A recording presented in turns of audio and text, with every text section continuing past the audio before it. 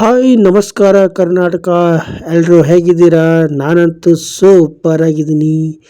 ನೀವು ಸೂಪರ್ ಆಗಿದ್ದೀರಂತ ನಾನು ಭಾವಿಸ್ತೇನೆ. ಏನಪ್ಪ ಇವತ್ತಿನ ರೆಸಿಪಿ ಅಂದರೆ ಸೌತೆಕಾಯಿ ಪಲ್ಯ. ಈ ಸೌತೆಕಾಯಿ ಪಲ್ಯ ಮಾಡುವುದು ಹೇಗಂತ ಇವತ್ತಿನ ವಿಡಿಯೋದಲ್ಲಿ ನಾನು ನಿಮಗೆ ತೋರಿಸಿಕೊಡ್ತೇನೆ. ಮತ್ತು ಹಾಗೆ ಯಾರೆಲ್ಲ ಹೊಸದಾಗಿ ಈ ಚಾನಲನ್ನು ನೋಡ್ತಾ ಇದ್ದೀರಾ ದಯವಿಟ್ಟು ಸಬ್ಸ್ಕ್ರೈಬ್ ಮಾಡಿ ಆಲ್ ಅಂತ ಕೊಟ್ಟು ಬನ್ನಿ ಇವತ್ತಿನ ವಿಡಿಯೋ ಸ್ಟಾರ್ಟ್ ಮಾಡೋಣ. ಮೊದಲಿಗೆ ಬೇಕಾಗಿರೋದು ಈ ರೆಸಿಪಿಗೆ ಬೆಳ್ಳುಳ್ಳಿ, ಕರಿಬೇವು, ಈರುಳ್ಳಿ ಮತ್ತು ಸೌತೆಕಾಯಿ. ನೋಡಿ, ಮೊದಲಿಗೆ ನಾನು 2 ಸ್ಪೂನ್ ಆಯಿಲನ್ನು ಹಾಕ್ಕೊಂಡಿದ್ದೀನಿ ಸ್ನೇಹಿತರೆ, ನೋಡ್ಬೋದು.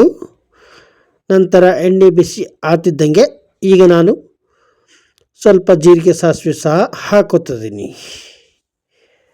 ನೋಡ್ಬೋದು. ಈಗ ಜೀರಿಗೆ ಸಾಸಿವೆ ಚಟಪಟ ಅಂದಿದ ಕೂಡಲೇ ನಾವು ಬೆಳ್ಳುಳ್ಳಿ ಸಹ ಹಾಕೋಬೇಕಾಗುತ್ತೆ. ನೋಡಿ, ಬೆಳ್ಳುಳ್ಳಿ ಸ್ವಲ್ಪ ಕೆಂಪು ಆಗ್ತಾ ಇದೆ ಅಂದಾಗಲೇ ಈಗ ನಾವು ಕರಿಬೇವು ಸೊಪ್ಪು ಕೂಡ ಹಾಕೋಬೇಕು. ನೋಡ್ಬೋದು ಸ್ನೇಹಿತರೆ, ಕರಿಬೇವು ಸೊಪ್ಪು ಸ್ವಲ್ಪ ಅದು ಕೂಡ ಚಟಪಟ ಅಂದ ಕೂಡಲೇ ನಾವು ಕಟ್ ಮಾಡಿರುವಂಥ ಈರುಳ್ಳಿ ಸಹ ಹಾಕೋಬೇಕು.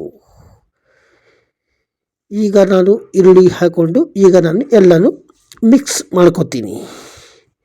ಅಂದರೆ ಒಂದು ಕಂದು ಬಣ್ಣ ಹಸಿ ವಾಸನೆ ಹೋಗಬೇಕು. ನೋಡಿ, ಈಗ ನಾನು ಕಟ್ ಮಾಡಿರೋಂಥ ಸೌತೆಕಾಯಿ ಕೂಡ ಹಾಕೋತಾ ಇದ್ದೀನಿ, ನೋಡ್ಬೋದು ಸ್ನೇಹಿತರೆ.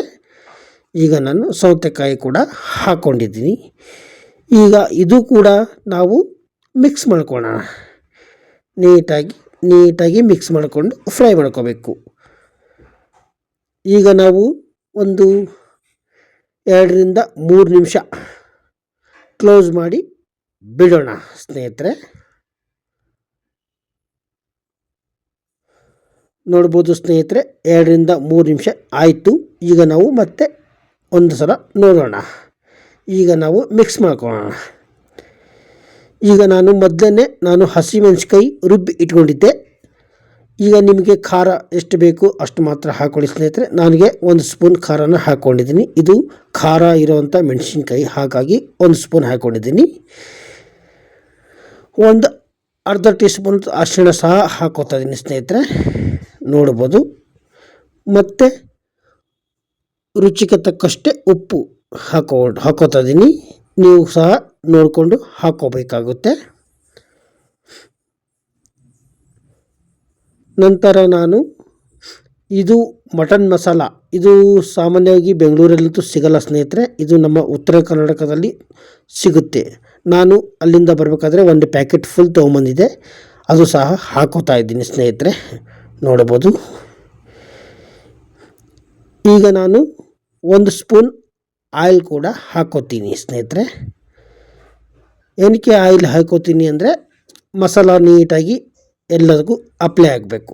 ಹಾಗಾಗಿ ನಾನು ಸ್ಪೂನ್ ಆಯಿಲನ್ನು ಹಾಕ್ಕೊಂಡು ಈಗ ಎಲ್ಲ ಮಿಶ್ರಣ ಮಾಡ್ಕೋತಾ ಇದ್ದೀನಿ ಸ್ನೇಹಿತರೆ, ನೋಡ್ಬೋದು. ನೀಟಾಗಿ ಮಿಶ್ರಣ ಮಾಡಿಕೊಂಡು ಎಲ್ಲದಕ್ಕೂ ಅಪ್ಲೈ ಆಗುತ್ತೆ. ಹಾಗಾಗಿ ನೋಡ್ಬೋದು, ನೀಟಾಗಿ ಮಿಕ್ಸ್ ಮಾಡ್ಕೋಬೇಕು. ನಂತರ ನಾವು ಇದಕ್ಕೆ ಸುಮ್ಮನೆ ಒಂದು ಅರ್ಧ ಕಪ್ ಅಷ್ಟೇ ಚೂರು ನೀರು ಹಾಕೋಬೇಕಾಗುತ್ತೆ. ಯಾಕಂದರೆ ತಳ ಹೊತ್ತಬಾರ್ದು ಅನ್ನೋ ಕಾರಣಕ್ಕೆ ನಾನು ಅಷ್ಟು ನೀರನ್ನು ಹಾಕ್ಕೊಂಡಿದ್ದೀನಿ. ಮತ್ತು ಗ್ರೇವಿ ಥರನೂ ಕೂಡ ಇರುತ್ತೆ.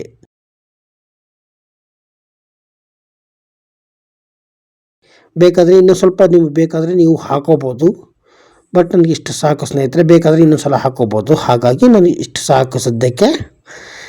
ಈಗ ನಾನು ಮತ್ತೆ 1-2-3 ನಿಮಿಷ ಕ್ಲೋಸ್ ಮಾಡ್ತೀನಿ ಸ್ನೇಹಿತರೆ. ನೋಡಿ, 2-3 ನಿಮಿಷ ಆಯಿತು.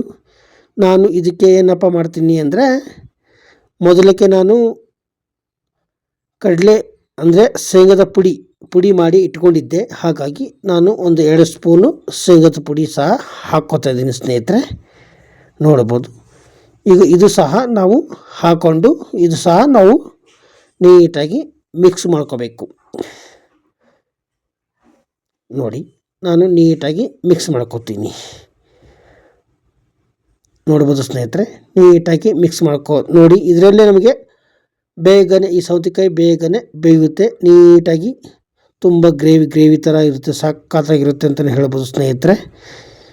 ಈ ರೆಸಿಪಿನ ಇಷ್ಟೇ ಸ್ನೇಹಿತರೆ, ಈ ಸೌತೆಕಾಯಿ ಪಲ್ಯ ಅಂತೂ ರೆಡಿ ಆಗಿದೆ. ಈ ರೆಸಿಪಿ ನಿಮಗೆ ಇಷ್ಟ ಆದರೆ ಒಂದು ಲೈಕ್ ಮಾಡಿ, ಶೇರ್ ಮಾಡಿ, ಕಮೆಂಟ್ ಮಾಡಿ ಅಂತ ಕೇಳ್ತಾ ಈ ಬ್ಲಾಗನ್ನು ಇಲ್ಲಿಗೆ ಎಂಡ್ ಮಾಡ್ತೀನಿ ಸ್ನೇಹಿತರೆ. ನಾನು ಈಗ ಕ್ಲೋಸ್ ಮಾಡಿ ಸ್ಟವನ್ನು ಆಫ್ ಮಾಡ್ತೀನಿ. ಟೇಕ್ ಕೇರ್, ಬಾಯ್.